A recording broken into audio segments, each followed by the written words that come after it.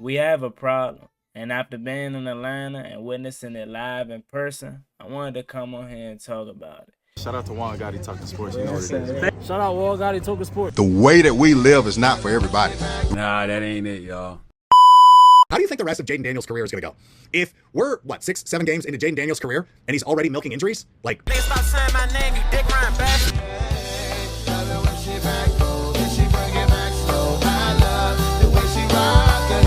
I love the way she move it, shake it on me. When she cry for him, the shawty is the winner. You can tell that shawty's no beginner. She's confident.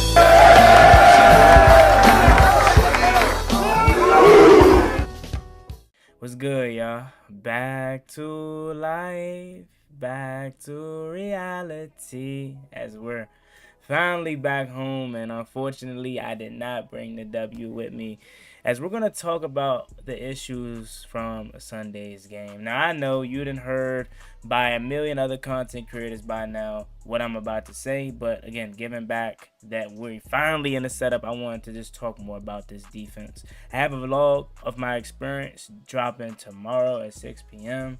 I just want to say, Atlanta and they fans, it was lit. I ain't gonna hold you. And it's like bringing a hood kid to the suburbs when you compare stadium atmospheres, because it was dope.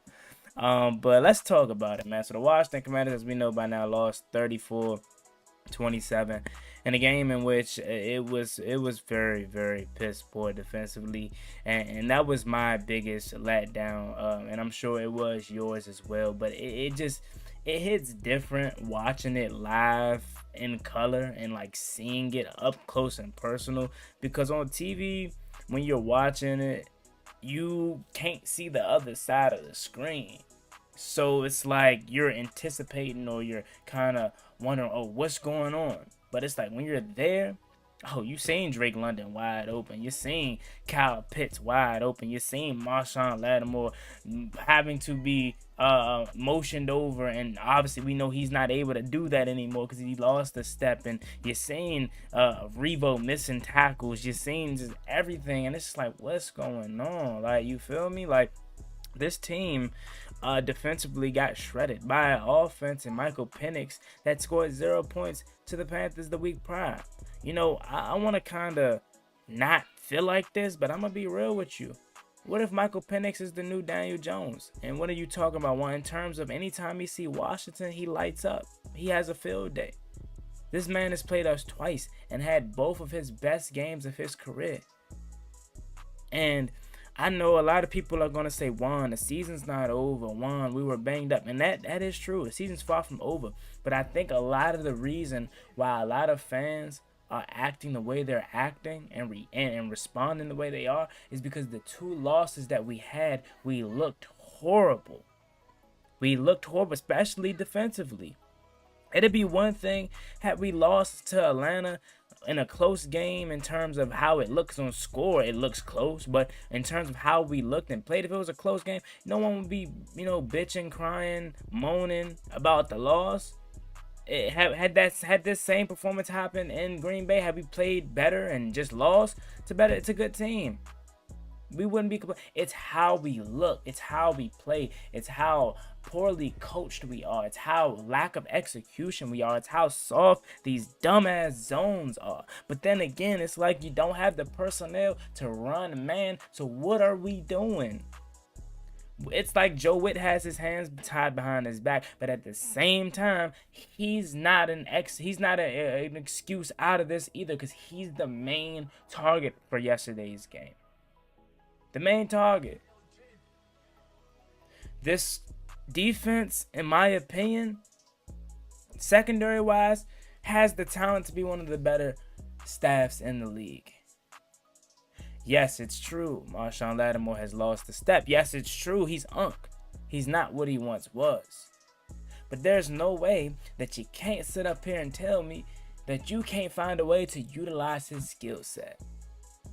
I'm at the point where I'm like, hey, if you ain't gonna press him, because that's what he's good at, and that's what he can do at this point, because he's getting beat over top and he's playing 10 yards off. So why not down the hill of having him play at his strong suit? If you're not gonna do that, move his ass to safety. We lost Will Hurst for the season, and we need a safety. Love Revo to death, but Revo showed you why he's a special teams guy. Move him to safety. Put Mikey back outside, which a lot of y'all are starting to see. Mikey is not a slot corner. In my opinion, I feel like Mikey can play all around. But I told y'all last year, before we drafted Trey Amos, which I love the draft pick, I said, I'm fine with Mikey being outside. I get it, he's small, he's undersized, yeah, so you want to stick him back. I said, Mikey is an outside corner. He's an outside corner. Now, again, when you play with Mikey, he's a playmaker. Or you use Mikey, he's a playmaker. So he's not your ordinary slot guy. He's not a guy that you expect to just shut down the inside. But if you're not going to be creative with him, if you're not going to send him on blitzes, if you're not going to move him around, let him play soft underneath zone and just jump passes and read quarterback, if you're not going to do that and use him as a playmaker, stick him outside where it doesn't require much of anything effort-wise from coach. See, that's what it is. I think that's what it is. We don't have a defensive coordinator that is creative enough, innovative enough. You talk about the Todd Bowsers of the world. Those guys stick to a plan and they die on that plan. But they also know how to adjust. And that's my biggest thing. After seeing it in week 2, after seeing it live in person on yesterday, okay, you know Drake London is a big body receiver. You know Kyle Pitts is a matchup nightmare. But when are we going to adjust some of this defense? If you notice they're chewing up the soft zone, if you know that this front four ain't getting back there and Michael Penix is able to build a damn brick house, when are we going to change some things up? That boy Michael Penix was as comfortable as possible. Probably could have changed his do-rag 10 times before being sacked. This defense was horrific yesterday. I give a damn about what the offense did. Yes, Marcus Mariota had an interception, 27 points. Before we get any further into today's video, I want to give a huge shout out to today's sponsor, SeatGeek. If you're trying to go to a game, concert, or any live event, SeatGeek is the place to go. I actually got my tickets for week 1 against the New York Giants using SeatGeek, and honestly, I use it for all my event purchases. What I love about SeatGeek is how simple it is to find the best deals. They rate every seat on a scale from green to red. Green means you're getting a great deal. Red means it's a little overpriced. That way you know you're buying with confidence and getting your money's worth. Plus, they even offer protection ticket plans so you don't have to worry about your tickets getting lost or stolen. And the best part about it all is they're hooking y'all up with the code. Use Juan Gotti at checkout and you'll get 10% off your first purchase. Again, use code Juan Gotti at checkout to get 10% off your first purchase. Had Jaden Daniels played, would we have scored after that Mikey Samuelson pick? Yes, probably so. But who knows? Had that pick been thrown? Probably not. Jaden Daniels, though, take care of the ball. But the point is, 34 points is unacceptable on an offense that was averaging 14 points prior to this game.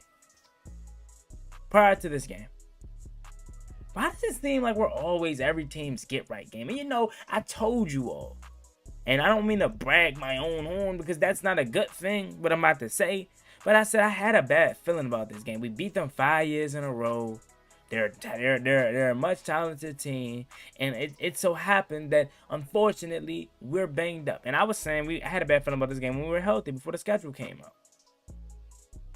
But 34-27 was the final score, but it's indicative of the performance that went out defensively. And this game's only about defense, or this video is only about defense, because offensively, again, we did enough. You know what else I'm kind of fed up with at this point? And I think it really goes back to coaching, is Frankie Louvu. I don't know about y'all, but I've been trying to give Oos the benefit of the doubt, saying it's early in the season, and he had a really good year, but like, where has he been all year long?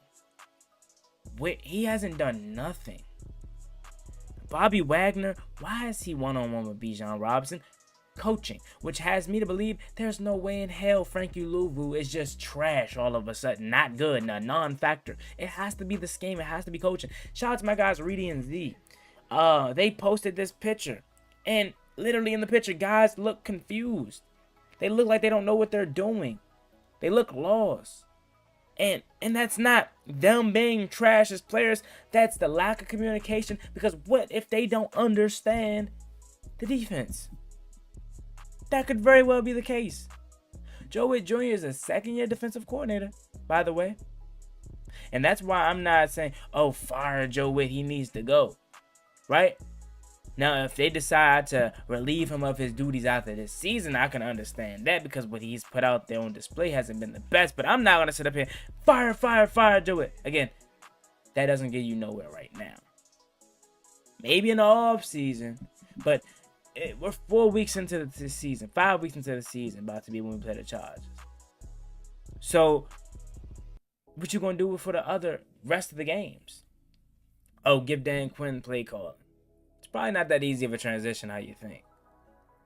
Dan Quinn already has enough on his plate. He needs to lock in and focus on that. I'm tired of using second half timeouts early on in the second half.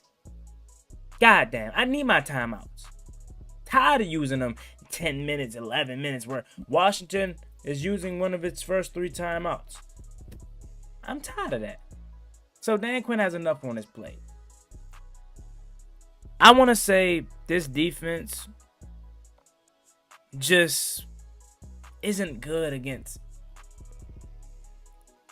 average offenses or good teams. Because we can shut down the bad offensive teams, i.e. the Giants, the Raiders. But we can't stop a nosebleed when it comes to the offenses that are formidable. Green Bay. All of a sudden Atlanta. Right? Bijan Robinson tore us a new one. He had 100 receiving yards. Had 75 on the ground. 70 plus on the ground. And he would have probably had more had they kept giving it to him. Tyler Algier. Rumbling, bumbling, stumbling, breaking tackles. Shouldn't have had that many yards, but broken tackles, can't wrap up. So, again, this run defense is good, it's solid. But this pass defense. And let me let you know something. We got the Chargers this Sunday. And they pass the ball like crazy. You would think they wouldn't because it's Greg Roman calling plays. But they pass the ball like crazy. Justin Herbert, in my opinion, is probably top 3 best quarterbacks in the league when it comes to just, hey, sit back and let Herb throw 50 passes a game. Like, typically, you don't want your quarterback throwing that many passes because you want to balance out your offense. You don't want to dropping them back that much times because that doesn't mean success all the time. It could mean sack pressures, but that may have you. Herb is one of the few guys where it's like we want him throwing the ball 40, 50 times. Him, Joe Burrow, and maybe Josh Allen, right? Like, you would live with that. Or that's your game plan. That's what they're going to do. And they have some damn good weapons, whether it's Lad McConkey, whether it's Keenan Allen still, whether it's Keandre Lambert-Smith. Obviously, Quentin Johnston is coming around. Like, they have guys. Trey Hurst, I still haven't heard much about their rookie. Like, they have guys. So we need to figure this defense out, man, because it's not looking pretty. Marshawn Lattimore is not looking that good, but again, could be a scheme issue. Could just be him losing a step. It's hard for me to blame the players solely when I seen it for myself in person. Like, the lack of adjustments, the schematic issues that we have been going up against. There's no way you continue to let Kyle Pitts eat you alive on the corner routes. It's no way in hell you allow Drake London to beat you on a double move in which Marshawn Lattimore was playing 10 yards off, and maybe if he's pressing him, he's able to limit the impact on that route. He ran a double move, and it took him 35 years to get it going. Michael Penix did not have no pressure on him all day. I'm tired of Von Miller. And again, it's hard for me to harp on him, and it's because he's 37. It's like, Juan, what do you expect? And you knew he wasn't going to give you, but I thought he was going to give me something. And this pass rush was already trash. Now you lose JBB. You lose JBB for the rest of the year. He's out with I believe I said a torn pec. So now this pass rush took an even bigger hit. So now it's just Dorrance Armstrong and Von Miller, who we're hoping to get used and get after the quarterback. Good luck with that. Good luck with that. So I just wanted to come on here and rant about the defense, man. It sucks. It's unfortunate because, again, this team has been banged up. Defense has not been good. But, again, we're 2-2. Sky's not falling. It's just, again, for the people that are wondering why fans are so upset that we're 2-2, it's because not that we're losing these games, it's how we're losing these games. Had we looked good in both games and just came up short, you know what? We get them next time. But you can't defend what we put out there. Even Luke McCaffrey is starting to get some confidence, and we can't get this guy to W. Matt Gay, who we all been harping on, did perfect yesterday. Couldn't give him the victory. JD5, come back next week. Terry, save us, please. We need it bad than anybody. But there you have it. Let me know in the comment section down below. Stay tuned for my vlog from Atlanta. It was a fun trip. And I definitely look forward to going to more away games. But as always, me and Juan Gotti. Make sure you like, comment, subscribe to the channel, turn on post notifications. We're on the road to 12,000 subscribers. So, really appreciate me. Reach that goal as soon as possible. Thank you so much. Y'all have a blessed one. Stay safe. Y'all be easy. Peace. Ballin' like I'm Deshaun, throw the bomb, G. That's IG, my jersey never seen a laundry.